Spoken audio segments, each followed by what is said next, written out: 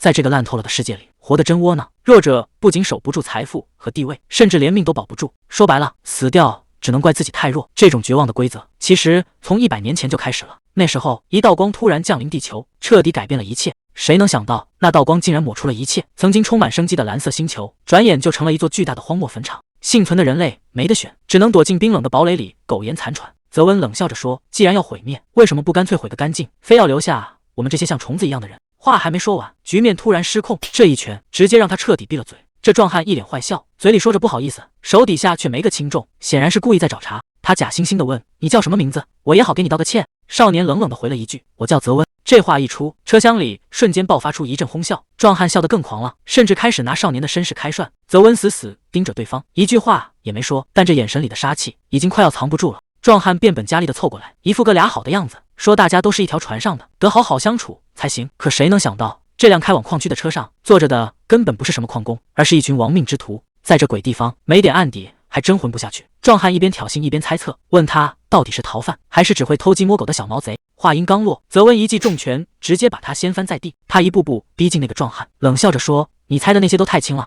想知道我到底干了什么吗？是杀人。严格来说，我今天并没有杀人，因为在这座新首尔，只有拥有权势的人才算人。至于这种翻垃圾桶的小偷，死掉一个，跟垃圾堆里多了一件垃圾没区别。谁能想到，这只老鼠居然是有主人的？他临死前死死盯着我说，他哥哥是李志龙，还咒我马上就会没命。如果说有权有势的是人，那觉醒者就是凌驾于一切的神。一只卑微的老鼠，竟然无意间冒犯了神。原来泽温之所以上这辆车，是为了躲避一个叫李志龙的人。等他回过神来的时候，人已经在前往矿区的路上了。那壮汉还以为泽温是个软柿子，刚想开口继续挑衅，结果话还没说完，泽温的拳头已经砸在了他脸上。这一拳快到让人看不清，壮汉甚至都没感觉到疼，只是纳闷自己的手怎么突然断了。还没等他反应过来，泽温反手一甩，直接把这几百斤的大块头像扔垃圾一样扔了出去。这下全车人都看傻了，这小子哪里是什么矿工，简直就是个怪物。本以为那一拳能解决问题，谁知道这壮汉拍拍灰又站了起来。他一边捏着指关节，一边阴阳怪气的嘲讽说：“泽温这次是真的越界了。”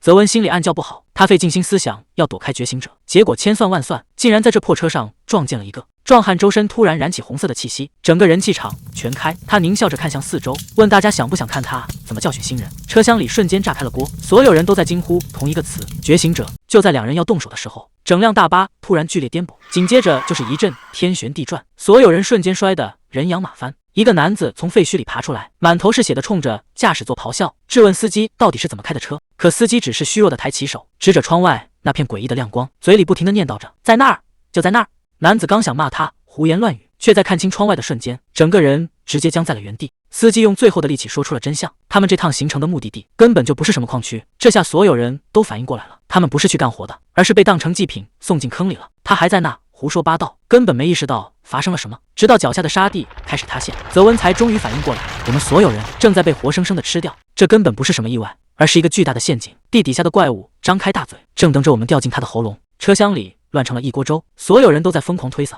为了活命，甚至不惜把同伴踩在脚下。可悲的是，这种地狱般的场景已经不是第一次发生了。回想起来，我们似乎永远在重复同样的绝望。在新首尔这种地方，只要撞上觉醒者，就算被杀虫活活吞掉，也没什么好稀奇的。毕竟在这个世界，强者抢走弱者的一切，简直就像呼吸一样自然。所以，连我的死也变得理所当然。说到底，还是因为我太弱了。这种老掉牙的故事，听的人都想打哈欠，但我还是忍不住在想，如果我能再强那么一点点，结局会不会完全不一样？算了，现在说这些全是废话。本以为一切都结束了，在这片吃人的流沙里，连求救都显得多余。可就在彻底沉沦的一瞬间，那股强烈的不甘心又让他死死抓住了地面。这根本不是在挣扎，而是在跟死神抢人。哪怕指甲缝里全是泥沙，他也绝不打算就这么认命。就在流沙要把他彻底吞噬时，他竟然硬生生的从鬼门关爬了回来。这一声怒吼，不仅是为了活命，更是要告诉这个世界，他的故事才刚刚开始。身体里就像塞进了一团火，那种撕心裂肺的痛让他恨不得把胸口直接撕开。但这并不是死亡的预兆，而是某种沉睡的力量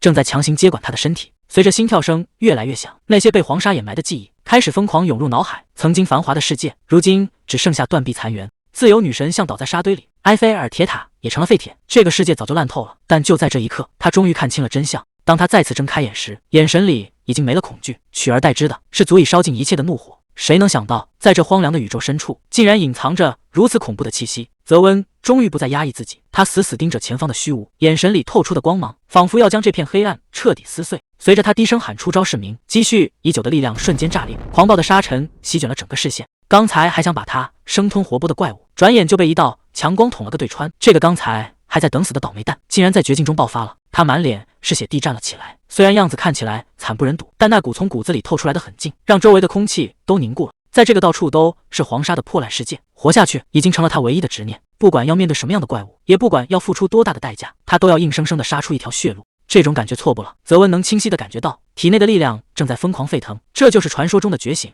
面对遮天蔽日的怪物，他不但没有后退，反而正面迎了上去。既然躲不掉，那就尽管放马过来吧，看看谁才是这片荒漠的主人。张永范冷冷地开口，作为一个实验对象，你实在太挡路了。话音刚落，泽温还没看清对方的动作，整个人就像断了线的风筝，被一股恐怖的力量直接掀翻，这速度快得离谱。他挣扎着从沙堆里爬起来，根本不敢相信自己的眼睛。那家伙到底是什么时候神不知鬼不觉的出现在自己身后的？张永范随手甩掉巨剑上的粘液，一脸嫌弃的吐槽：这怪物的血怎么跟水一样？看来吃的东西不太干净。他站在高处四处张望，甚至开始觉得无聊，打算回第一层去看看。这一幕把旁边的泽温看傻了，那可是凶悍的沙虫，竟然被他这么轻易就解决了。泽温死死盯着那个背影，心里翻起了惊涛骇浪。原来真正的觉醒者实力竟然恐怖到这种程度。就在这时，张永范还在那抱怨这件上的脏东西怎么擦不掉。泽温还没从刚才的震撼中缓过神，吉塞尔就突然闪现到他身边，一脸自豪的炫耀：没错，这就是我们的队长张永范。这女人什么时候过来的？泽温被吓得够呛，更诡异的是，他感觉到自己的手臂阵阵发凉，这股力量简直强得不讲道理。张永范面无表情地走过来，在他眼里，刚才那只巨大的沙虫根本算不上什么像样的对手。他转头看向吉塞尔，吉塞尔立马收起笑脸，大声答应着。这支队伍里的每一个人似乎都藏着让人看不透的底牌。泽温站在原地，感觉接下来的路会更不好走。吉塞尔突然翻脸，一个干净利落的过肩摔，直接把泽温狠狠砸进沙地里。他像抓到了新玩具一样，一边死死拧着泽温的手臂，一边兴奋地嚷嚷着要开奖，猜猜这家伙到底是什么等级。可就在他掀开绷带的那一刻，整个人直接愣住了，嘴里的笑声戛然而止。吉塞尔满脸不可思议地回头喊道：队长，出大事了！这家伙根本就不是觉醒者。泽温疼得在地上打滚，可吉塞尔根本没打算放手，他指着那条空荡荡的手臂，大声强调着一个离谱的事实：看清楚了，他身上连个等级印记都没有。这下所有人都懵了，一个普通人到底是怎么混进这片死地的？吉塞尔还是不敢相信，一个觉醒者怎么可能没有等级印记？这简直打破了他的常识。就在这时，远处的守卫疯狂拍打着车门，扯着嗓子大喊：太阳马上就要下山了，所有人动作快点！吉塞尔拎着泽温问队长：这家伙要是丢在这肯定活不成，到底该拿他怎么办？泽温疼得直咧嘴，感觉胳膊都快被这女人拽掉了，他只能死死盯着那个男人，等待最后的发落。张永范沉默片刻，头也不回地丢下一句话：把他扔进车里带走，反正他也是要去矿区的。吉塞尔兴奋地应了一声，像拎小鸡一样把泽温甩了上去。谁也没想到，这个没有印记的普通人就这样阴差阳错地踏上了改变命运的列车。越野车在荒漠里疯狂狂奔，车厢里早就炸开了锅。同行的乘客指着泽温的鼻子大骂，说他刚才一个人冲出去简直是找死，万一太阳下山前赶不回去，所有人都要跟着陪葬。可泽温根本没把这些话听进去，他自顾自地躺在颠簸的车板上，甚至觉得这破车坐着还挺舒服。他闭上眼，感受着细微的沙尘在指尖跳动，就像是有生命一样，完全听从他的使唤。这下他彻底确定了，自己确实觉醒了操控沙尘的能力，这绝不是什么幻觉。可让他百思不得其解的是，既然能力是真的，为什么那群人就是看不见他身上的等级印记？这个本该刻在灵魂上的标志到底去哪了？泽温盯着自己的手臂，终于发现了不对劲的地方，这印记的颜色竟然和周围的沙子一模一样。在觉醒者的世界里，印记的颜色就代表了能力的属性，像吉塞尔那种魔法系的光芒通常是蓝色的，而像张永范这种纯靠肉体力量的物理系印记则是扎眼的红色。虽然听说过有些稀有属性会有其他颜色，但操控沙子的能力简直是闻所未闻。泽温看着指尖流动的沙尘，心里掀起了惊涛骇浪，这种从未被记录过的力量到底会把他带向哪里？虽然等级印记上显示的是最低等的 F 级，但泽温心里很清楚，这份力量的潜力就像这片沙漠一样无穷无尽。他并没有急着显摆，而是决定先藏好这份底牌，在彻底掌控这股力量之前，他会一直忍下去，因为他要的可不只是在这片荒漠里活命，总有一天，不只是这片沙漠，整个世界都会成为他的舞台。真正的强者往往都是从最不起眼的地方开始翻盘的。泽温被带到了魔力水晶矿，这里戒备森严，表面上看一切都很正常，但他依然被绳子捆得死死的。守卫像赶牲口一样冲他大吼，让他赶紧跟上，甚至威胁要封住他的嘴。泽温没说话，只是默默观察着周围的环境。而在不远处的看台上，吉塞尔正没心没肺地笑着，觉得泽温能从怪物口中活下来，纯粹是走了狗屎运。但站在一旁的张永范却死死盯着远处的那个深坑，他心里很清楚，这绝对不是什么巧合，那个洞穴里到底藏着什么见不得人的秘密。看着泽文远去的背影，张永范心里突然有点后悔，刚才光顾着试探，竟然连那小子的名字都忘了问。不过他有一种强烈的直觉，总有一天他们还会再见面的。谁能想到，这暗无天日的矿井下面居然藏着一座灯火通明的地下城，简直跟外面的世界没两样。杰文还没来得及多看两眼，就被旁边的守卫呵斥住了，让他闭紧嘴巴，老老实实等主管过来。守卫根本没把这小子放在眼里，甚至觉得他就是个随手能捏死的废物。临走前还放狠话，让他别动什么歪心思。看着守卫远去的背影，杰文冷笑了一声，既然没人盯着，那这地方可就由他折腾了。正好肚子也饿了，先找个地方填饱肚子。杰文刚想在路边摊找点吃的，就被一个神秘的老头给叫住了。老头指着墙上那张点亮城市的宣传海报，问他有什么感想。杰文只觉得这口号讽刺的好笑，可老头接下来的话却让他整个人都愣住了。老头问他，你觉得这城市的能源到底是什么？难道不是那些发光的魔力水晶吗？老头冷笑着摇了摇头，直接把手指向了杰文，语气冰冷的让人脊背发凉。他说，真正的能源根本不是什么石头，而是像你这样随处可见又随时能补充的耗材。杰文本想随便应付两句，可这老头却像能看穿人心一样，突然提起了杰文钻进杀虫肚子里的那段经历，吓得杰文手里的动作都停了。老头冷笑着警告他，别把这地方当成什么避难所，像杰文这种不知天高地厚的，很快就会变成杀虫的排泄物，根本没机会活着离开。杰文还嘴硬说自己是来赚钱的，结果老头笑得更狂了，他指着旁边那一排排堆得像小山一样的旧箱子，让杰文自己过去看个清楚。杰文一脸嫌弃，觉得这堆破烂有什么好显摆的，可老头接下来的话却让他彻底沉默了。老头压低声音说，这些全是他一个一个捡回来的，是所有来到这里的人最终留下的遗物，也是杰文注定的未来。老头的话越说越难听，他说这矿井就是个吃人的地方，所有人进来之前都怕得要死，为了能多活哪怕一天，他们会卖掉手里所有值钱的东西，甚至连自己都能卖了。可这种挣扎根本没用，手里的钱再多也填不满这个无底洞，最后只能眼睁睁看着那点可怜的家当一点点耗尽。到头来，所有人的结局都一模一样，他们会觉得，与其这么痛苦的熬着，还不如直接让这矿井把自己吞了。老头冷笑着看向杰温，他说，人家死后好歹能留个名声，可像他们这种垃圾，死后留下的也只能是垃圾。他现在最期待的就是想看看杰温死的时候，到底能在这堆破烂里留下点什么不一样的玩意儿。杰温本想吃完赶紧走人，随口问了一句多少钱，没成想这老头狮子大开口，一张嘴就要10个索尔，这价格简直离谱到了家。杰文当场就炸了，吐槽这肉难道是金子做的吗？可老头却一脸理所当然，说这地方什么东西都贵，连你刚才扔掉的签子那都得算9个索尔。杰文冷笑一声，直接摊牌说自己没钱。他看出来这老头是看他面生，故意把他当成冤大头来宰，所以干脆1分钱都不打算给。可话音刚落，周围的气氛就彻底变了，原本还在各忙各的路人突然全都停下了动作，一个个手里拎着明晃晃的家伙，直接把杰文围在了中间。这下麻烦大了，这根本不是什么路边摊，而是一个专门给新人准备的夺命陷阱。老头看着被围住的杰温，语气里全是嘲讽。他说，你也不动脑子想想，像他这种手无缚鸡之力的老家伙，要是背后没点狠角色撑腰，怎么敢在矿井里公开做生意？黑暗中无数双眼睛盯着杰温，手里全是明晃晃的刀子。老头阴笑着问他，现在这种局面你打算怎么收场？杰温直接被按在了桌子上，动都动不了。他赶紧求饶，说自己真没钱，10个索尔买块肉简直是疯了，咱们有话好商量，千万别动手。可老头根本不听这一套，他凑到杰文耳边低声说，没钱也没关系，他这人其实心肠挺软的，既然拿不出钱，那就用别的东西来抵债。老头终于露出了真面目，他死死盯着杰温的口袋，指名道姓要那块魔力水晶。这下杰温彻底懵了，他怎么也没想到自己藏得这么深的消息竟然早就传开了。老头一边伸手索要，一边还虚伪的在那演戏，说只要把水晶交出来，他肯定会给个公道的价格。杰文咬着牙不想松口，这可是他拼了命才保住的宝贝，他还在那低声下气的求饶，问能不能先记在账上，以后再慢慢还这笔钱。可旁边的打手早就听烦了，一把按住杰文的脑袋，大吼着说，别跟这小子废话，干脆直接把他活埋了省事。杰文终于不再忍了，既然你们非要赶尽杀绝，那就谁也别想好过。随着他的一声怒吼，压抑已久的沙尘能力瞬间彻底爆发。谁能想到杰文的脑子里竟然闪过这么恐怖的画面，到处都是飞溅的血迹和支离破碎的残肢，仿佛他已经把这里变成了地狱。他整个人定在原地，像是被拽进了深不见底的噩梦，周围的一切都消失了，只剩下无尽的杀戮和毁灭。就在这时，一声粗鲁的喊叫强行把他拉回了现实，一只大手死死按住他的脑袋，对方正一脸狐疑的盯着他，问他是不是被吓傻了，怎么好端端的就开始发呆，还问他是不是在做白日梦。杰文这才猛地清醒过来，原来刚才那些惨烈的景象全都是他脑海中的幻觉。杰文拿出了压箱底的宝贝，这就是克莱克西梦寐以求的魔石。克莱克西打量了一番，随口开了个白菜价，这简直就是明抢。杰文当场就炸了，这东西起码值3倍的价格，可在这里规矩是强者说了算。就在他准备动手的一瞬间，直接被死死按在桌上，实力的差距让他根本无法反抗。这笔账先记下了，现在还不是翻脸的时候，只要能活下去，总有清算的一天。克莱克西装出一副好心肠，让杰温去那堆破烂里挑一件，就当是刚才那笔交易的补偿。杰温翻了半天，满地都是没用的垃圾，这老头果然没安好心。克莱克西在旁边冷眼看着，他觉得这小子很有意思，那种绝不吃亏的劲头，在这鬼地方可太少见了。就在杰温准备放弃的时候，一个奇怪的面具引起了他的注意。老头随口解释了一句，那是商队丢下的破烂。杰温在破烂堆里翻了半天，最后竟然看中了一个就沙漏，他觉得这已经是这里最好的东西了。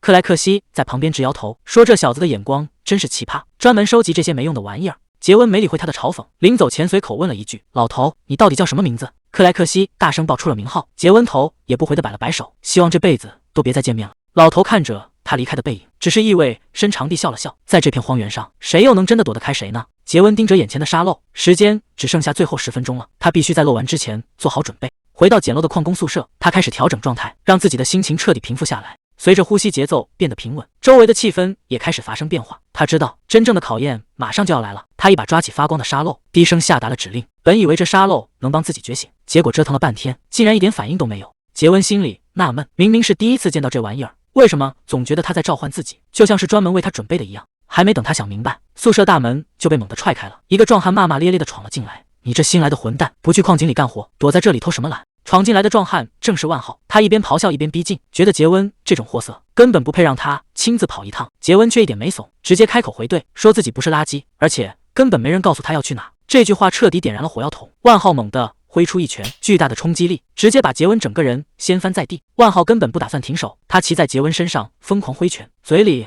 还不停地咒骂着，觉得一个没觉醒的废物竟然也敢跟他顶嘴。拳头雨点般落下，杰温只能死死护住头部，在绝对的力量面前，他现在连站起来的机会都没有。万浩打完人还不解气，丢下一句狠话，让他这种垃圾闭嘴挨打就行，随后头也不回的让他跟上。杰温死死盯着那个背影，心里已经给他判了死刑。万浩这个名字他这辈子都不会忘记。两人很快来到了3号矿井入口，万浩随手一指，让手下给杰温发一套装备，准备把他直接赶下井去。结果装备还没到手，守卫就先泼了一盆冷水，说所有的工具和伙食费全都要从工资里扣。杰温听完没说什么，只是冷冷地问了一句，工资到底有多少？万浩根本不打算废话，直接抡起巨大的镐头砸下，威胁杰温如果不老实干活，这辈子都别想活着走出矿井。他甚至要把杰温送去972号坑道。旁边的老矿工听完脸色都变了，想提醒那里还没清理干净，结果被万浩一个眼神就给吓了回去。谁敢多嘴，谁就替这小子去送死。在万浩的淫威下，没人再敢多说一个字。杰温被强行带往矿井深处，老矿工一路上都在警告他，要是挖不到魔石，这次可能真的会没命。可杰温依旧是一副死猪不怕开水烫的样子，嘴里还不停的小声回怼，这坑道深不见底，简直就是个活棺材。老矿工一边走一边叹气，说泽温运气实在太差，偏偏赶上管事的赌输了钱，这时候进来准没好果子吃。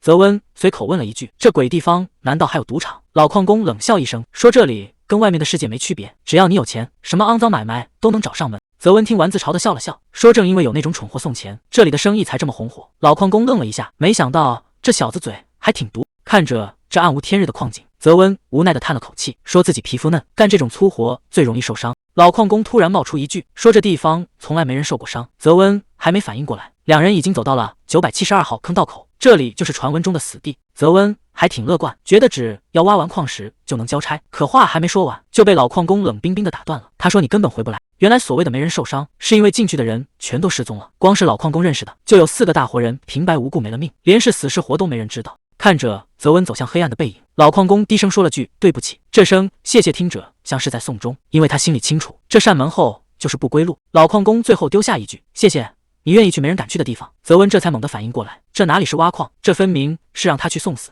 他冲着老矿工的背影大喊，问是不是所有人都死在里面了？可对方根本没有回头，直接把他一个人丢在了这片死寂的黑暗里。泽温彻底崩溃了，他一边挥动镐头一边咒骂，就因为管事的今天心情不好，这帮畜生就把他扔进坟场，恨不得让所有人一起陪葬。可就在他发疯泄愤的时候，脚下突然打了个滑，在这要命的节骨眼上，他连站都站不稳了。坏了，唯一的镐头脱手掉进了深渊。泽温伸手想抓，却抓了个空，这下连干活的家伙都没了，只能硬着头皮往更深处走。等他冷静下来，才发现这地方简直诡异到了极点，空气中到处都是浓郁的魔力，普通人要是待在这里，恐怕早就因为魔力超载没命了。可他不仅没觉得难受，反而发现越往深处走，魔力的浓度就越夸张。这根本不是什么普通的矿井，倒像是个巨大的魔力源头。他正纳闷这些能量是从哪来的，突然前方传来的动静，让他整个人定在了原地。运气不错，掉下去的镐头竟然被他找着了。虽然木柄断成了2截，但好歹干活的家伙是保住了。泽温还在这庆幸自己命大，可话还没说完，脚底下的地面突然毫无征兆的裂开，一股恐怖的力量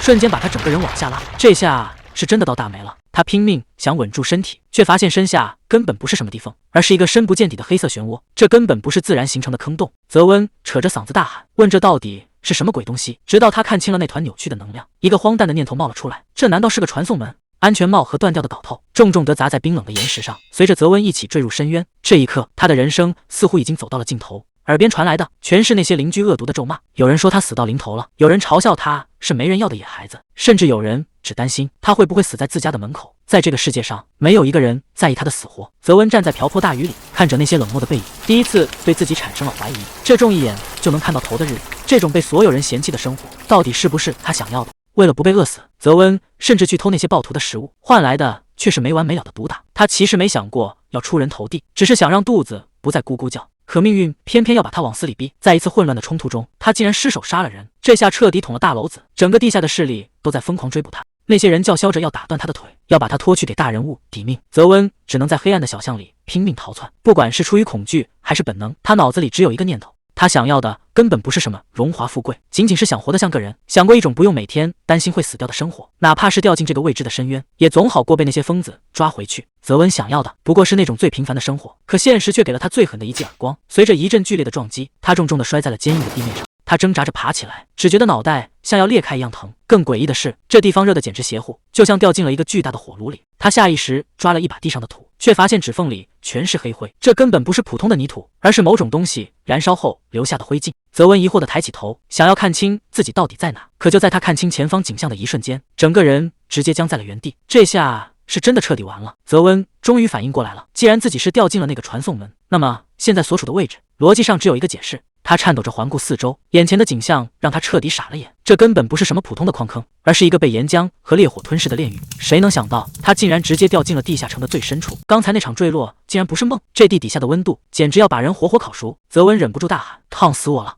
连新手尔都要倾尽全力防备的地方，他现在居然一个人掉进来了，满手都是滚烫的火山灰，这里的空气简直就是毒药，再待下去连肺都要被烧着了。泽温咬着牙说：既然有入口，就一定有出口。他看向远处那座最高的山峰，那是唯一的希望，也是最危险的地方。坐以待毙，只有死路一条。趁着现在还没撞见魔兽，必须走直线冲过去。泽温低声吼道：没错，我可是泽温，我的字典里就从来没有放弃这2个字。这一步踏出去，谁也别想拦住我。刚落地，还没来得及喘口气，泽温庆幸地说：好险，差一点就没命了。可话音刚落，脚下的岩石就开始崩塌。他绝望地大喊：千万别塌，求你了！这该死的地形根本不打算给他留活路。泽温狼狈地趴在地上，对着滚烫的岩浆大喊：区区这点东西根本吓不到我！他狠狠一拳砸向地面，愤怒地咆哮着：普万号，你这个混蛋，只要我能从这鬼地方出去，你绝对死定了！这种刻骨铭心的恨意成了他现在活下去的唯一动力。泽温无奈地自言自语：生气只会让身体更热，真该死！他强迫自己冷静下来，就算拼了这条命，也一定要活着回去。只要再跳过最后4段岩浆，就能到达终点，绝对不能停下。成败就在这最后几步了，别再想了，现在唯一能做的就是动起来。泽温在心里发狠，我的命绝不能丢在这种鬼地方，绝对不行！还没到结束的时候，他纵身一跃，直接跳向了那片未知的火海。可谁能想到，前方等待他的竟然是一个足以吞噬一切的深渊巨口。本以为这一跳是生路，结果却捅了马蜂窝。一个大的离谱的怪物猛地从岩浆里钻了出来，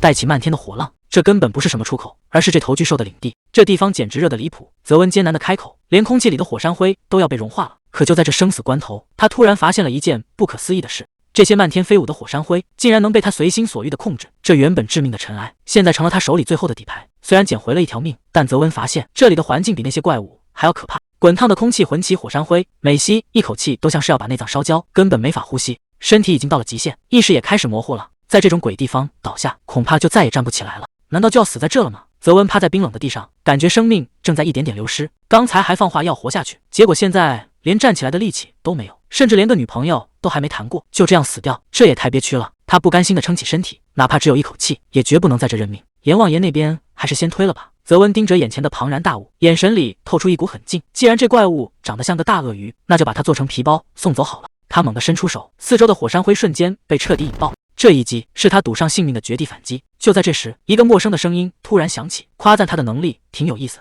泽温整个人都僵住了，这鬼地方难道还有活人？总不能真是阎王爷在说话吧？还没等他反应过来，那个声音再次感叹：操控沙子的本事确实罕见。紧接着，一个黑影从天而降，德奥登正带着一脸诡异的笑容从高处飞速坠落。看来这老头不打算再等了，他终于握住了背后的重剑。杰温大喊一声：“来了！”这一击根本没打算留活口，整片大地瞬间被彻底贯穿。这下麻烦大了，谁能从这种怪物手里活下来？刚才那一击威力太猛了，杰温现在脑瓜子嗡嗡的，除了耳鸣什么也听不见。他还没从震惊中缓过神来，那个怪物居然就这么消失了。再看一眼远处的德奥登，杰温心里很清楚，这家伙跟之前遇到的所有人都不一样，完全不是一个量级的。德奥登强的简直不讲道理，杰温心里很清楚，这根本不是什么高手能解释的，完全就是另一个次元的怪物。德奥登一步步走近，每一步都像是踩在人的心口上。他冷冷的开口问：“你叫什么名字？3秒之内回答我。”没等杰温反应过来，死亡倒计时已经开始了。3，倒计时还在继续。2、1。德奥登是真打算下死手，根本没给杰温留半点解释的机会。虽然杰温的听力这时候恢复了，但一切都太晚了。德奥登冷冷的吐出一个字：死。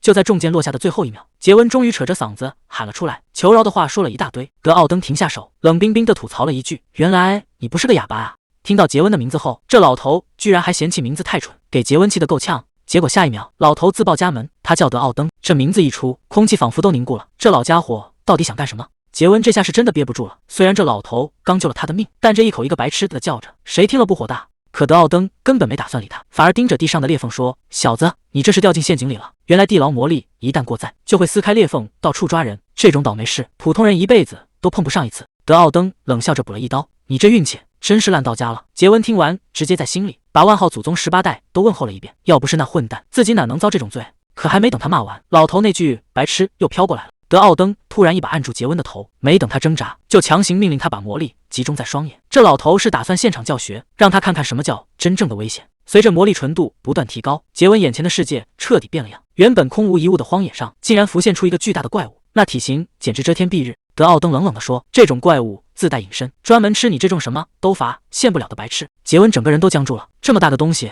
就在鼻子底下，自己刚才竟然一点感觉都没有。看着眼前被劈开的深坑，杰温心里一阵后怕，要不是这老头刚才出手，自己现在恐怕已经没命了。短短一会儿功夫，居然被救了2次。杰温盯着德奥登的背影，这家伙到底强到了什么地步？他忍不住开口问：“你到底是什么人？”这老头脾气虽然臭，但这一身本事绝对不是普通人。德奥登头都没回，没好气的对了一句：“你是白痴吗？老子刚才就说了，我叫德奥登。”泽温一边大喊大叫，一边质问：“这到底是什么地方？”德奥登头也不回的冷笑：“这里是地下城，现在是我的猎场。至于我是谁，你最好睁大眼睛看清楚了。”随着他吐出一个名字，整个空间瞬间变了颜色。这股压倒性的力量让对方连站都站不稳了。漫天的火鸟突然炸开，这根本不是什么救赎，而是新一轮的噩梦。德奥登不仅没打算出手相救，反而对着泽温破口大骂：“想活命就自己想办法！”这老头简直是个疯子，在这种鬼地方竟然要让他自生自灭。真正的试炼现在才算正式开始。这些怪物的速度太快了，快到连残影都看不清，他只能被动的挨打。更诡异的是，这些畜生似乎是故意的，专门盯着他的左半边咬，不管他怎么拼命反抗，局面还是单方面的屠杀。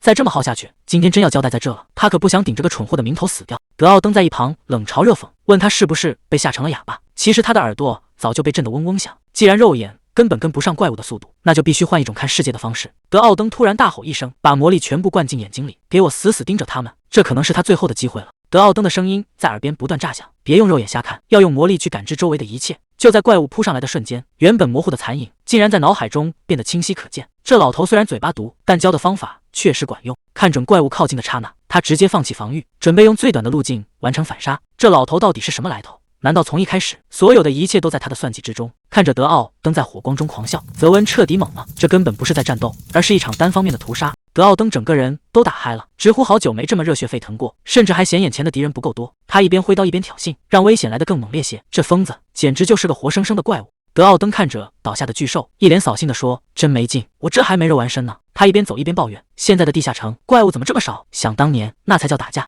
泽温直接看傻了，这场面简直疯了。他甚至开始同情这些怪物了。这么多大家伙，竟然被一个人全宰了，这实力真是让人无话可说。泽温刚松了一口气，觉得怪物总算清理干净了，结果话还没说完，局面就彻底变了。我就知道没那么简单，一阵恐怖的冲击波直接把他掀翻在地，连站都站不稳了。他狼狈地问：“刚才那到底是什么动静？”德奥登倒是淡定得很，他看着远处说：“那是领主在咆哮。每个地下城都有一个真正的源头，而那个大家伙现在终于现身了。”泽文已经看傻了，眼前的怪物散发着让人窒息的压迫感，他声音都在发虚。这就是领主吗？德奥登等的就是这一刻，看着眼前巨大的黑影，他不但没退缩，反而笑得更狂了。这就是他来这里的唯一目的。德奥登盯着那头深红飞龙，语气里竟然还有点遗憾。可惜了，这玩意儿还算不上真龙，但起码也是个 B 级。听到 B 级这2个字，泽文心里咯噔一下，他很清楚，这意味着接下来的战斗已经完全超出了他的想象。泽文盯着眼前的怪物，脱口而出，竟然是领域。德奥登倒是有点意外，没想到你这小子居然还知道领域的事。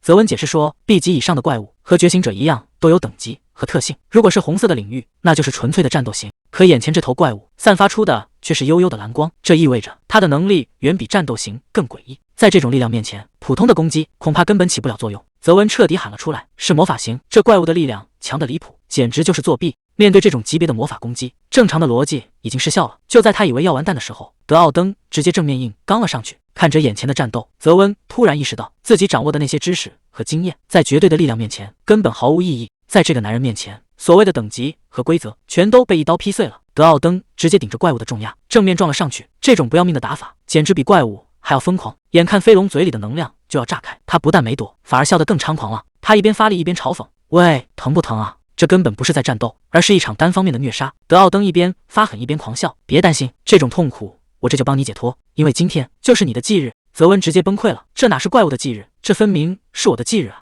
他夹在2个怪物中间，嗓子都喊哑了：“你们这群疯子，有话不能坐下来好商量？”可惜没人听他的。随着一声巨响，整片区域瞬间被恐怖的能量吞没。泽温快要顶不住了，光是战斗的余波就快把他整个人掀翻，他只能在心里求饶：“求求你们去远点打吧。”可德奥登根本听不见，他现在正处于极度亢奋中，一边狂笑一边大喊：“太好玩了，简直就像在游乐园一样！这种把地狱当成游乐场的疯子，谁碰上谁倒霉！”随着最后一波冲击散去，泽温站在废墟里，整个人都麻木了。他看着满目疮痍的战场，只能低声骂一句：“真倒霉，怎么就让他给遇上了？”泽温直接被震飞了出去，像个断了线的风筝，重重地摔在废墟里。还没等他缓过神来，周围的地面再次剧烈震动，这根本不是他能插手的战斗。他只能眼睁睁地看着那头怪物在不远处疯狂咆哮，死亡的阴影再次把他彻底笼罩。德奥登一边狂笑一边嘲讽：“就这点本事吗？德雷克，堂堂一个领主怪，居然被打得只能趴在地上，简直是给大怪丢脸！这种程度，联赛牙缝都不够。”就在这时，德雷克身上突然聚起强光，德奥登反而更兴奋了。既然是领主，总该有点压箱底的招数吧？话音刚落，一道毁天灭地的光柱直接贯穿了整个地牢。德雷克冷冷地问了一句：“你是在找我吗？”为了抓到你，德奥登在沙漠里整整转了1年，现在终于让他带到了。德奥登手里的重剑死死压住德雷克，他要拿着怪物的命去锻造传说中的神兵。既然东西已经到手，那就没必要留活口了。他最后只说了一个字：死。吸收了领主的心脏之后，这把重剑开始疯狂进化，散发出的气息跟刚才完全不是一个级别。德奥登一把抓起剑柄，感受着手心里传来的力量，他忍不住狂笑起来：“老伙计，你果然变强了！”看着德奥登对着一把剑自言自语，泽温忍不住吐槽：“这老头怕不是个疯子吧？”不过吐槽归吐槽，能单挑干掉德雷克这种怪物，这老头的实力确实强得变态。德奥登回过头，发现这小子居然还喘着气，随口骂了一句：“白痴！”命倒是挺大，刚才那一战的余波差点把这小子直接送走。他在地上滚了好几圈，才勉强保住一条小命。看来在这鬼地方，光有实力还不够，运气不好，随时都会变成炮灰。地牢马上就要彻底崩塌。德奥登看着眼前的泽温，冷笑着说：“反应挺快嘛，居然还没死。”泽温还没反应过来，就被德奥登一把拎起了后领，像提溜小鸡一样，直接扔进了传送门。德奥登一边狂笑，一边大喊着：“送客，再见了，白痴！”泽温在半空中破口大骂，还没见过这么救人的，这老头简直比传闻中还要混蛋100倍。随着砰的一声，他重重摔在沙漠里，虽然捡回一条命，但这种死里逃生的方式，他这辈子都不想再是第2次了。泽温趴在沙地上狂吐沙子，还没搞清楚状况，德奥登已经从传送门里稳稳地走了出来，告诉他这里就是地牢外的世界。德奥登盯着眼前的年轻人，语气里满是不屑。他说自己需要控沙的能力，但现在的年轻人实在弱得像个废物，所以他给出了一个选择：要么滚回新首尔，继续过那种一眼看到头的平庸日子，要么跟着他变成一个更强的白痴。泽温彻底懵了，问这一跟要跟多久？德奥登转过身，语气平静的让人害怕：也许是几个月，也许是几十年，不到最后那一刻，谁也不知道答案。德奥登盯着眼前的年轻人，语气冰冷地抛出了最后通牒：做个决定吧，机会只有这一次，是打算滚回去继续过那种一眼看到头的安稳日子，还是把命豁出去跟我玩一场九死一生的豪赌？一边是平庸的活着，一边是99%的死亡率，但只要活下来，一切都会完全不同。德奥登没有给对方犹豫的时间，他死死盯着泽温的眼睛，最后问了一句：选吧，你的答案是什么？泽温像是听到了什么笑话，指着德奥登的鼻子问：老头子，你是不是疯了？放着安稳日子不过，要我跟你去这鬼地方吃沙子？德奥登没有半点开玩笑的意思，语气平静的让人害怕。没错，我就是这个意思。话都说到这份上了，泽温反而沉默了。他最后看了一眼身后的安逸，随后头也不回的走向荒漠。既然没啥好说的，那我就跟你走一趟。泽温自嘲的笑了笑，他说自己这人有仇必报，可惜现在还太弱，连报仇的资格都没有。他拍了拍德奥登的肩膀，老头子，你是我见过最强的人，强到以后恐怕也没人能超过你。德奥登听完放声大笑，怎么，你是觉得跟着我会没命吗？泽温猛地攥紧拳头，眼神里全是野心。不，我是觉得只要跟着你，我就能变得比谁都强。德奥登笑得更狂了，他告诉泽温，总有一天你会后悔这个决定，别废话了，笨蛋，赶紧跟上，咱们的路还长着呢。这鬼天气起码有50度，脚下的沙子又软又烫，每走一步都像是在拼命。再这么耗下去，别说报仇了，命都要丢在这荒漠里。才走了6个小时，泽温就彻底吃不消了，他冲着前面的背影大喊：“老头子，能不能歇会儿？我真的动不了了。”可不管他怎么哀求，德奥登连头都没回一下。这种死一般的沉默让泽温直接崩溃了。你到底在想什么？怎么说变脸就变脸？这哪里是在赶路，这分明是要他的命！就在他快要倒下的时候，德奥登终于开口了，声音冷得像冰块。他说：“这世上没有比你更蠢的人，空有一身本事，结果连1%都使不出来。”德奥登一针见血地指出：“你明明有控制沙子的能力，结果在沙地上走成这副鬼样子，简直是丢人现眼。”泽温听完直接炸毛了，他抓着头发大喊：“你真是站着说话不腰疼！我才觉醒几天啊，我只是个 F 级垫底的废物，哪能跟你这种大人物比？”德奥登冷冷地回了一句：“那又怎么样？”还没等泽温反应过来，德奥登猛地冲上去，一把死死揪住他的领子，这一嗓子简直要震碎荒漠。他怒吼着问：“F 级还是 S 级有什么区别？你以为谁是天生就站在顶峰的？就因为没被老天爷关照，你就要在这认命等死吗？”在德奥登眼里，这种软弱的借口比外面的风沙更让人恶心。德奥登根本不听他的辩解，直接把人拎到面前，别在这废话了，四肢健全却不动脑子，跟废人有什么区别？他死死盯着泽温的眼睛，这是你自己的能力，除了你自己，没人能教你怎么用。想让这颗不开窍的脑袋长进点，唯一的办法就是逼自己。如果你现在还想不明白，那就干脆死在这荒漠里吧。德奥登的手劲越来越大，泽温疼得大叫求饶。可就在这生死关头，他终于不再只是嘴上抱怨，为了活命，他死死盯着脚下的荒漠。原本松散的沙子，竟然真的开始听他使唤了。这一下，他才算真正摸到了门槛。虽然控制范围只有5米，但对现在的泽温来说，已经足够用来救命了。他盯着脚下那堆吃人的流沙，脑子里冒出一个大胆的想法：只要把脚下的沙子全部压缩，让它们变得像石头一样硬，不就不会陷进去了吗？他立刻尝试了一下，结果效果出奇的好，走起路来简直像在平地上飞。可还没高兴多久，他就发现这种办法太费劲了，能量消耗的比流水还快，长距离赶路根本行不通。他必须找到更省力的法子。既然改变环境太难，那就干脆改变自己。他试着把能量集中在双腿上，果然每一步都变得轻盈无比。这下总算能跟上老头的脚步了。走在前面的德奥登停了下来，他看着泽温的一举一动，眼神里透出一丝异样。这小子好像突然发现了什么了不得的秘密。看着泽温一遍遍尝试，德奥登在心里暗自感叹，虽然这小子等级只有 F 级，但对魔力的控制天赋恐怕已经达到了D 级的水平。泽温这下彻底飘了，他踩着沙子飞奔，冲到德奥登面前，大声炫耀：“老头，你看，我只要控制脚下这一层沙子，走路简直比飞还快。这种招数你肯定不会吧？”话还没说完，德奥登直接一拳把他干翻在地，这一拳力道极重，打得泽温半天没爬起来。德奥登冷冷地警告他，别在这浪费多余的精力，在这种地方乱浪只会让你死得更快，赶紧起来赶路。可等了半天，地上的人一点动静都没有，德奥登这才发现不对劲，这傻小子光顾着嘚瑟，竟然连呼吸都给忘了。他急得大喊：“喂，快喘气啊！你真想把自己憋死在这吗？”泽温迷迷糊糊睁开眼，还没搞清楚这是哪，耳边就传来一声咒骂。德奥登没好气地说：“醒了呀，臭小子！为了救你，老子正事都耽误了，浑身疼得像要散架。”还没等他反应过来，一块肉干直接砸在脸上。德奥登一边喝酒一边念叨，边吃边听，给你讲讲我年轻时候的事。那时候弱者也是有尊严的，保护弱小甚至是一种荣耀。可惜现在的世道全变了，变得让人根本没法习惯。德奥登头也不回地丢下一句：“想死就老实躺着，不想死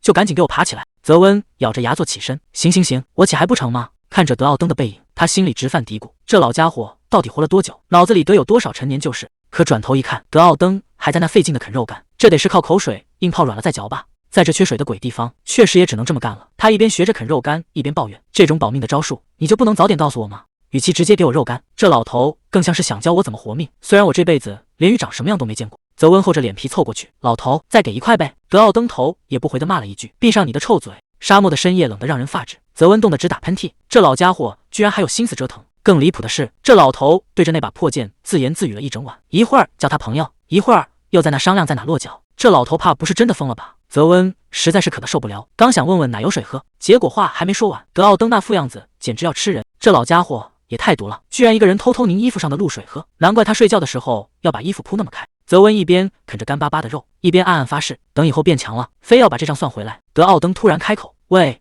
白痴！”泽文下意识就对了回去：“我不是白痴，我是个笨蛋。”德奥登冷笑一声：“行吧，笨蛋，你感觉到了吗？”泽温还没反应过来，脚下的地面就开始微微发颤，而且这动静明显不止一个东西。德奥登盯着黑暗深处，语气变得异常冷静：“大脚猎狗，他们来了。”德奥登在一旁不紧不慢地搭腔：“这玩意儿一般晚上才出来，偏偏让咱俩在天亮前给撞上了。”看着围上来的畜生，德奥登语气里全是挑衅：“笨蛋，你觉得凭你自己能活命，还是说你又想求我帮忙了？”泽温听完直接笑出了声：“帮忙？老子根本不需要。”他猛地往前踏出一步，因为这一次我要靠自己的本事活下去。面对铺天盖地的兽群，他不仅没退，反而主动迎了上去。这一招就是要让这群畜生知道谁才是真正的猎人。这群疯畜生简直杀不完。泽温一边抵挡一边大骂：“到底还有多少只？照这么打下去，还没被他们咬死，体内的魔力就要先耗光了。必须得想个办法，现在光靠蛮力根本没用，得找个更省力的打法才行。”他强迫自己冷静下来，死死盯着眼前的兽群，到底该怎么做才能用最少的魔力解决掉这没完没了的麻烦？泽温正想得出神，结果被偷袭的畜生直接打断，他气得破口大骂：“没看老子正忙着吗？”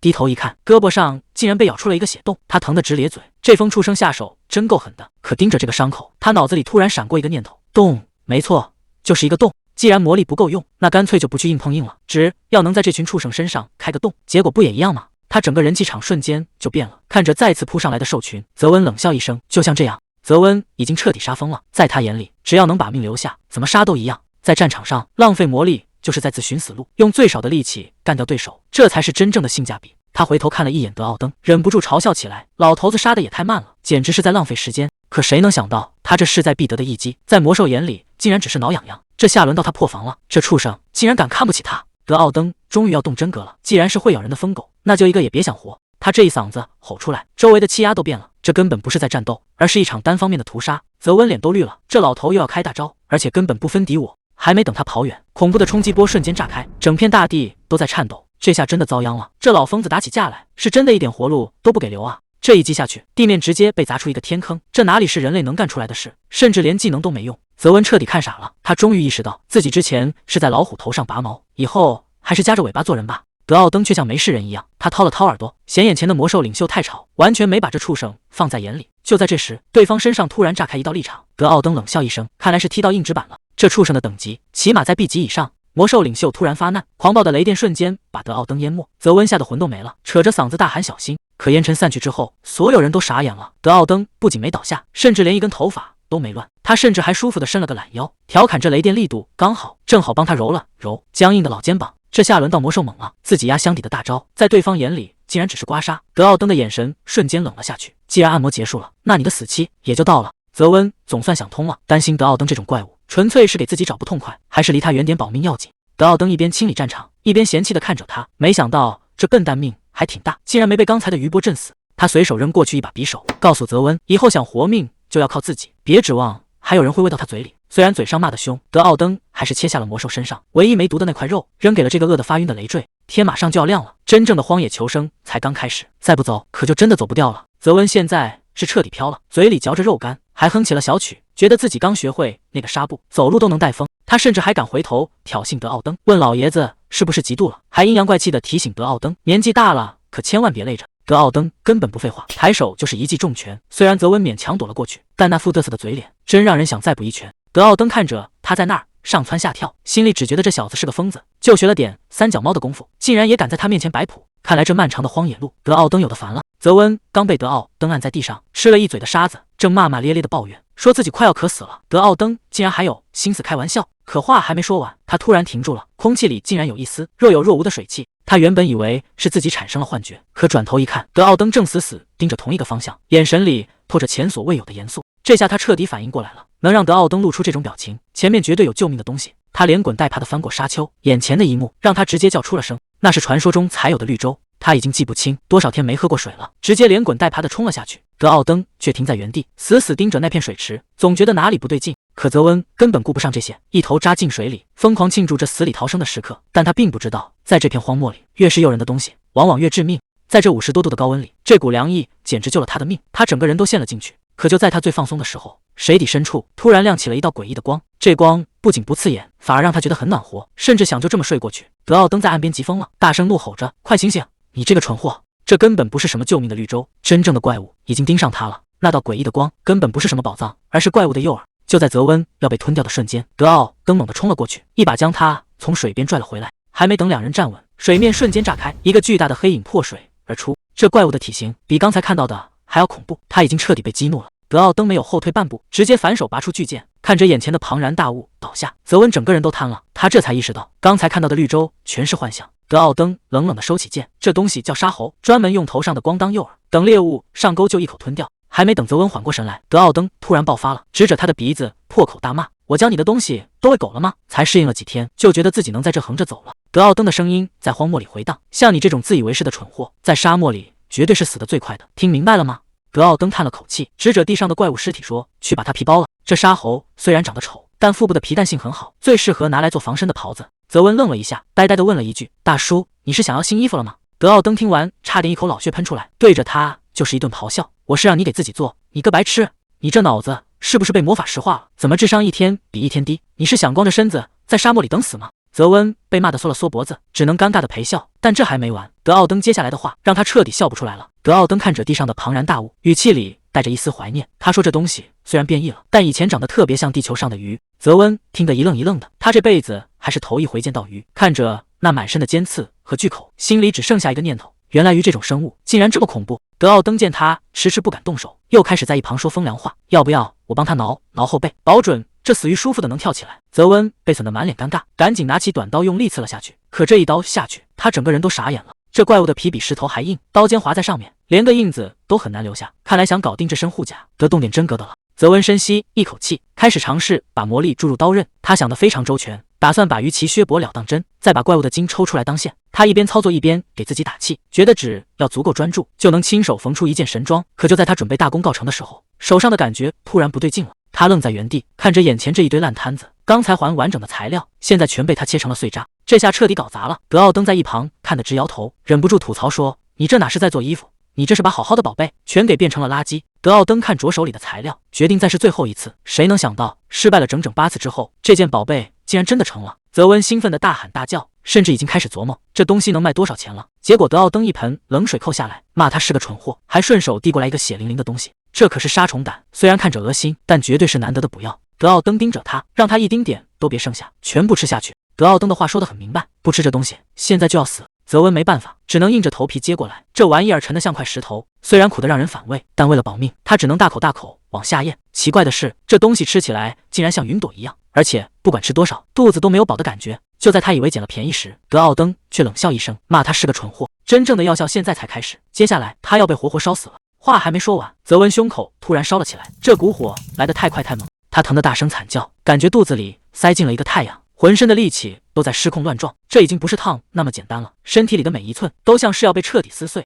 德奥登在一旁冷冷地看着，让他这个蠢货给老子忍住，别在这时候掉链子。在这片荒漠里，所有东西都像这绿洲一样，随时会消失在风沙里，但消失并不代表结束，沙虫会在灰烬中重生，而这就是他必须熬过去的代价。德奥登还在那儿感慨人生，泽温疼得直接爆了粗口，让他赶紧闭嘴救人。这种时候谁还有心思听大道理？他感觉整个人都要烧成灰了，一边求救一边放狠话要杀了德奥登。结果德奥登根本不吃这一套，只嫌他吵到了自己睡觉，任由他在黑夜里自生自灭。不知道过了多久，耳边的惨叫声终于停了，四周死一般的寂静。等泽温再次睁开眼，阳光已经晃得他看不清东西，他竟然真的活了下来。德奥登那张老脸又凑了过来，还是那副嫌弃的语气，骂他这个蠢货总算醒了。一睁眼就被德奥登吓个半死。泽温还没从昨晚的噩梦里缓过来，没好气的抱怨自己那是疼晕了。德奥登倒是一脸淡定，让他赶紧看看自己的身体是不是跟以前不太一样了。本来以为会留下什么后遗症，结果他试着握了握拳，发现身体竟然轻得像沙子一样，不仅肌肉变得像钢丝一样强韧，体内的魔力更是像风暴一样狂暴。这种脱胎换骨的感觉简直不可思议，他怎么也没想到自己竟然在这一夜之间实力直接翻了好几倍。德奥登在一旁看着他的反应，语气里透着一丝得意，这就是那颗杀虫胆真正的威力。德奥登一边往嘴里塞肉，一边漫不经心地说出真相，这杀虫胆在沙漠里可是稀罕货，价值甚至能抵得上一颗魔石。泽温听完直接愣住了，这么贵重的东西竟然给了自己。他有些不好意思地问，把这宝贝给我真的没问题吗？德奥登听了这话直接翻了个白眼，没好气地骂他实在是太废了，要是不想让他拖后腿，就要让他变得稍微有点用处。泽温这下彻底乐开了花，拍着胸脯保证绝对不掉链子，结果又被德奥登一顿臭骂，让他赶紧闭嘴把剩下的肉全吃光。两人在原地足足吃了4天，直到把整条沙虫吃得干干净净。德奥登拍了拍身上的尘土，示意这个蠢货该上路了。看着德奥登远去的背影，泽温嘴角露出一丝自信的笑。现在的他已经不再是那个任人宰割的累赘了。泽温现在是信心爆棚，大喊一声就冲进了荒漠，感觉浑身有使不完的劲。这漫天的沙暴要是换作以前，早就把他吹得找不着北了。可现在对他来说，这风刮在脸上就像凉风一样舒服。他一边啃着肉干，一边观察，发现德奥登这老头简直是个怪物，连着走了好几天，竟然连步子都没乱过一下。最让他受不了的是，德奥登已经好几天没开口说话了，简直像个闷葫芦一样。他甚至怀疑这老头是不是更年期到了。两人就这么在沙暴里走了整整2周，中间连个歇脚的地方都没有。泽温心里开始犯嘀咕，这老头到底认不认识路啊？泽温还在心里犯嘀咕，觉得德奥登这老头肯定是迷路了。结果话还没说完，身后突然窜出一只巨型毒蚁，他连头都没回，反手就是势大力沉的一拳，直接把这怪物的脑袋砸进了沙子里。德奥登在前面冷冷地丢下一句，让他少废话，赶紧跟上。泽温叹了口气，这漫长的路到底什么时候是个头？可还没等他走2步，身后竟然传来了阵阵嘶鸣。他有些惊讶的回头看去，这怪物的命比想象中还要硬。本以为只是个落单的小麻烦，可当他低头看向地面，整个人瞬间定在了原地。密密麻麻的红光在沙层下闪烁，这下麻烦大了，他们这是直接捅了蚂蚁窝了。面对包围，泽温不仅没跑，反而对着沙地挑衅的大喊，既然要动手就快点滚出来。他一边摆好架势，一边嘲讽，要是动作再慢一点，你们可就全都要死在那个老头手里了。话音刚落，脚下的沙丘瞬间炸裂，无数巨型毒蚁发着刺耳的尖叫，像潮水一样从4面8方涌了出来。这已经不是简单的遭遇战了，放眼望去，漫山遍野全都是这些嗜血的怪物。德奥登随手一挥，漫天黄沙瞬间封锁了视线。看着空荡荡的沙漠，泽温忍不住大喊，德奥登，你太不厚道了，难怪你这把年纪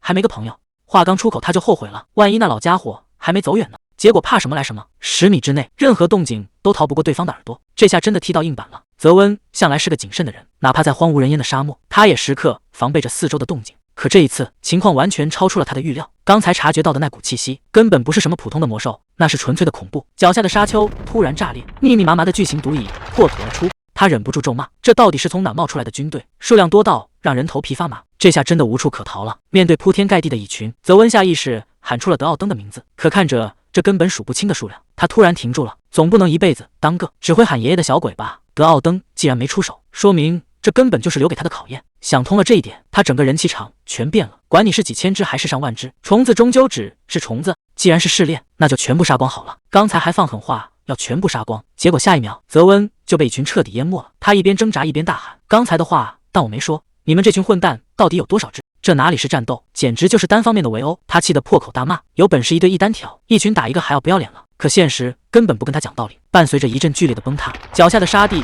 彻底陷了下去。等他好不容易稳住身形，看清眼前的景象时，整个人都傻眼了。他这是直接掉进深不见底的蚂蚁窝了。既然地面待不下去，泽温决定先冲向高空观察情况。他心里还暗自庆幸，觉得这群虫子反正不会飞，只要拉开距离就安全了。可话还没说完，一股巨力直接把他从半空拽了下来，他整个人都懵了。这群没翅膀的家伙到底是怎么够到这么高的？等他看清下方的景象，冷汗都要下来了。这群毒蚁竟然靠着数量优势，硬生生叠起了一座通天肉塔。开什么玩笑？这种事怎么可能做到？还没等他反应过来，密密麻麻的蚁群已经顺着塔尖再次将他彻底淹没。这一击是陈力猛，泽温整个人被重重砸在地上，他狼狈地趴在沙地里，连呼吸都变得异常艰难。就在意识模糊的边缘，他再次喊出了德奥登的名字。看着那个坐在巨剑旁始终一言不发的背影，泽温突然发出一声冷笑：“既然你不打算出手，那就睁大眼睛给我看好了，看我在这必死的绝境里到底要怎么活下去。”这一刻，他眼里的恐惧彻底消失了。看着泽温那腹不服输的镜头，德奥登终于露出一丝欣慰，他在心里暗骂：“臭小子，总算有点觉悟了。”凭泽温内身顶级天赋，在这个荒芜的世界里，本可以换来人人羡慕的优渥生活，但如果真选了那条路，这小子的上限也就到头了。德奥登很清楚，外面那些没脑子的蠢货根本不知道世界为何会变成这样，他们只会被眼前的幻想迷惑，甚至妄想靠流水线生产出强者。真正的觉醒者必须在生死之间独自摸索，去学习和掌控属于自己的力量，而不是像工厂里的残次品一样接受所谓的标准化改造。那些被抹杀个性的傀儡，德奥登直到现在都无法忘记他们悲惨的下场。100年前的那场惨剧，德奥登这辈子都忘不掉，眼睁睁看着城市崩塌，自己却什么都做不了。邻居、同事，甚至亲生女儿，全都在那场大火中消失了。他觉得自己是个彻头彻尾的失败者，只能守着废墟苟延残喘。但有人告诉他，你并没有失去一切，只要还没倒下，你就还有无限的可能。去吧，跨过那条生死线，去拿回属于你的东西。德奥登看得很清楚，结果就像现在这样，他已经变得越来越强了。泽温狂笑着大喊：“你们难道还没感觉到吗？你们这帮家伙全都完蛋了！”这招虽然简单粗暴，但只要把重力和风力全部压缩，威力就会翻上几十倍。高压沙弹瞬间炸裂，这股力量根本没人挡得住。泽温疯狂大喊：“这下你们全都完蛋了！没能在我变强之前杀掉我，就是你们最大的失败。”德奥登在一旁冷眼看着，这臭小子这就开始兴奋过头了。放眼望去，整片沙漠已经被炸得面目全非，到处都是怪物留下的深坑。他一边狂笑一边邀功：“德奥登，你看到了吗？我要把这帮杂碎全宰了！”可话还没说完，身体就先扛不住了，这一口老血差点没喷出来。谁能想到这怪物竟然一点气息都没有，就这么无声无息的出现在了他的身后。他完全懵了，这根本不可能是隐身术，这种低级怪物怎么可能掌握那种高级技能？直到感觉到身体不对劲，他才猛然醒悟，原来自己早就中毒了。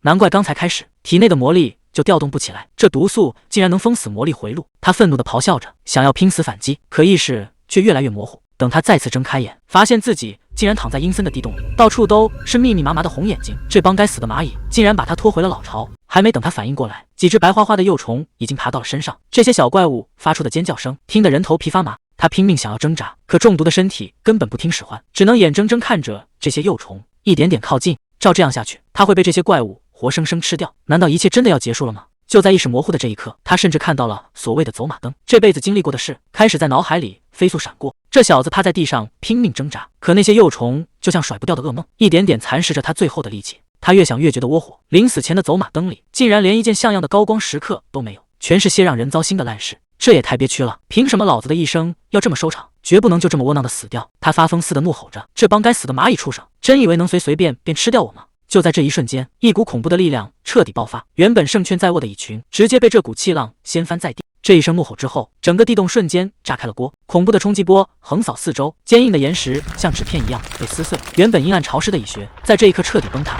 等级竟然直接提升了，烙印消失，体力跟魔力都在疯狂涌现。难道说这就是进化的感觉？现在的力量跟以前相比简直是天差地别。可结果呢？打了半天，怪物竟然毫发无伤，这家伙到底是什么怪物？随手一击就把山崖像沙子一样拍碎了，这根本没法打，双方的实力差距太绝望了，太疯了！打了这么久，怪物身上连个印子都没留下，这样下去根本没有任何胜算。既然打不破这层龟壳，那就换个思路，既然没法击碎它，也没法刺穿它，那就直接把它撕烂。成败就在这一招了，既然打不碎，那就把这层铠甲直接拧碎了扯下来。这下轮到怪物惨叫了，他怎么也没想到这个人类竟然是个疯子，这种频率的震动根本不是在攻击，而是在从内部瓦解他的身体。再这样下去，整个身体都要炸开了。怪物彻底慌了，他到死都想不通，这个看起来不起眼的家伙竟然还藏着这种同归于尽的底牌。杰文彻底杀红眼了，管他是谁先死，今天必须得有个结果，哪怕是同归于尽，也要从对方身上撕下一块肉来。来啊，看看到底谁先倒下。可就在这一瞬间，所有的力气像是被抽干了一样，身体沉得根本动弹不得。原来早就已经到极限了，这副破烂不堪的身体终究还是撑不住了。这种感觉真的太不甘心了。德奥登一脸嫌弃的接住他，嘴里还不停的念叨，说他弱的简直没眼看，这种时候要是睡过去，嘴都要睡歪了。杰文勉强挤出一个笑，低声叫了一句老头子，这副惨样真是要多狼狈有多狼狈。德奥登虽然嘴上不饶人，但心里还是挺欣慰的，毕竟能在死神面前硬刚到底，这小子确实有活下去的资格。杰文苦笑着摆摆手，说自己耳朵被震聋了。老头子在那煽情半天，他是一个字也没听见。德奥登也懒得废话了，像拎小鸡一样把他拎起来，既然还没死，那就赶紧离开这个鬼地方。还没从废墟里爬出来，杰文就被眼前的东西晃花了眼，这黑灯瞎火的地底下怎么还冒出一个发光的怪球？他结结巴巴地问老头子，这玩意儿该不会是……德奥登倒是淡定得很，指着那颗球就开始忽悠。地上这行字居然让他把这发光的玩意吃下去，这真的不是在开玩笑吗？他赶紧问旁边的老头，老头子，这东西吃了不会出事吧？德奥登虚弱地回了一句，吃了这玩意你恐怕会没命的。可他根本没听清德奥登在说什么，心一横，直接把这颗蛋吞了下去。谁能想到这东西不仅没毒，味道居然还出奇的好。他正想要第二颗，结果一抬头，整个人都傻了。这哪里是补药，简直就是催命符。这颗以后的卵能把人的内脏活生生搅烂。他疼得满地打滚，歇斯底里的吼道，你到底给我吃了什么？德奥登却一脸淡定，甚至还觉得他太吵了，冷冷地说，想在这疯子世界活命，你就要适应这种痛苦。他倒在地上不停呕吐，心里只剩下一个念头，这操蛋的人生难道真的要到头了？本以为终于遇到了能信任的人，结果到头来自己只是个彻头彻尾的蠢货。他倒在血泊里，看着德奥登那副贪婪的嘴脸，心里只剩下无尽的悔恨。德奥登根本没看他一眼，反而兴奋地从怪物尸体里掏出一颗魔石，狂笑着说，这颗成色简直是中大奖了，甚至连剩下的残骸也不打算放过，要把这些战利品全部打包带走。德奥登拎着那把巨大的重剑，看着地上已经凉透的尸体，语气冷得让人发指。他说，弱者注定没命，这就是他的下场。就在他准备转身离开的时候，原本已经断气的人竟然奇迹般地睁开了眼睛。德奥登不仅没被吓着，反而露出一副狰狞的笑脸，嘲讽道：“哟，还没死透啊，蠢货！”还没等他反应过来，一股恐怖的力量瞬间在原地炸裂开来。德奥登看着眼前的泽温，满脸都是嫌弃，骂骂咧咧地说：“你这没礼貌的小畜生，弄得灰头土脸的想干什么？”泽温冷笑着挑衅：“你是认真的吗？真是不知死活的蠢货！”泽温一边喘着粗气，一边死死盯着前方质问：“为什么要杀我？”这种被背叛的滋味让他体内的力量彻底失控。既然你不留活路，那就没什么好说的了。他咬着牙发誓，这辈子都不会原谅对方。紧接着，一股排山倒海的冲击波直接把周围的一切全部掀翻。这已经不是在战斗，而是纯粹的宣泄。等烟尘散去，泽温整个人都变了。泽温拼尽全力的一击，竟然连对方的衣角都没碰到。这老头就这么站在原地。德奥登一脸嫌弃的骂道：“我要是真想杀你，动动手指你就没命了，何必费劲给你下毒？”泽温这下彻底没话说了。原来那颗致命的蚁后卵虽然剧毒无比，却也是难得一见的神药，只要能扛过毒性，就能洗掉体内的杂质，让干涸的经脉重新填满纯净的魔力。刚才那番疯狂的攻击，其实就是药力觉醒的证明。这小子总算因祸得福了。这小子终于发现自己的魔力容量竟然比以前翻了好几倍，这哪是中毒，简直是脱胎换骨。刚才还喊打喊杀，现在立马变了副面孔。泽温哭着喊着扑上去，死活都要抱住老头的大腿。德奥登一脸嫌弃，嘴上骂着让他赶紧滚蛋，心里却总算松了口气。毕竟刚才那场豪赌，稍微出点差错就没命了。德奥登对着佩剑低声感叹，其实刚才真的太险了，能从那种剧毒里活下来，全靠这小子自己命硬。在德奥登眼里，如果这小子不能快点变强，那就只是个没用的废物。这场赌博他必须赢。还没等泽温反应过来，德奥登一把将他拎了起来，脸上露出了那种让人脊背发凉的坏笑。德奥登低声说了一句：“别原谅我。”接着整个人就像炮弹一样在沙漠中瞬间炸开。这种赶路方式简直疯了。德奥登一边狂笑，一边问这速度够不够快。泽温被颠得魂都快飞了，他只能崩溃的大喊：“咱们就不能像个正常人一样安安静静的走路吗？”德奥登一边拎着他狂奔，一边还不忘毒舌嘲讽，说他这种睡了4天的弱鸡，这辈子都别想娶到媳妇。泽温原本已经麻木了，觉得这世界上再也没有什么能让他惊讶，直到他抬起头，远处的地平线上，一个如山脉般巨大的身影正缓缓破土而出。那根本不是生物，而是一座会移动的荒山。德奥登停下了脚步，语气里透着少有的严肃。那东西还在30公里外，可光是体型就已经遮住了半个天空。德奥登指着远处的巨影说：“那是移动要塞阿切龙，虽然只是个 B 级魔物，但防御力早就超过了 A 级。”泽温整个人都听傻了，这种如山脉般的怪物竟然被人类改造并驯服，成了沙漠里的运输工具。他不敢相信地问：“真的有人能骑在这种怪物身上吗？”德奥登冷笑一声：“这世界大得很，能驾驭这种巨兽的强者多的是，别像个没见过世面的蠢货。”他拎着泽温停在巨兽脚下，让这小子把这一幕死死刻在脑子里，因为从这一刻起，他眼中的世界将变得完全不一样了。德奥登直接从巨兽背上一跃而下，巨大的冲击力在沙漠中掀起漫天尘土。还没等泽温站稳，一个苍老的声音从烟尘中传来，说：“离远了还没敢认，走近一看，果然是你啊！”泽温刚想开口，就被德奥登一把按住：“老实点，别乱动。”对面那个穿着长袍的老者缓缓走上前，盯着德奥登的眼睛感叹：“好久不见了。”能直呼德奥登的名字，还让他表现得这么忌惮，看来接下来的路怕是没那么好走了。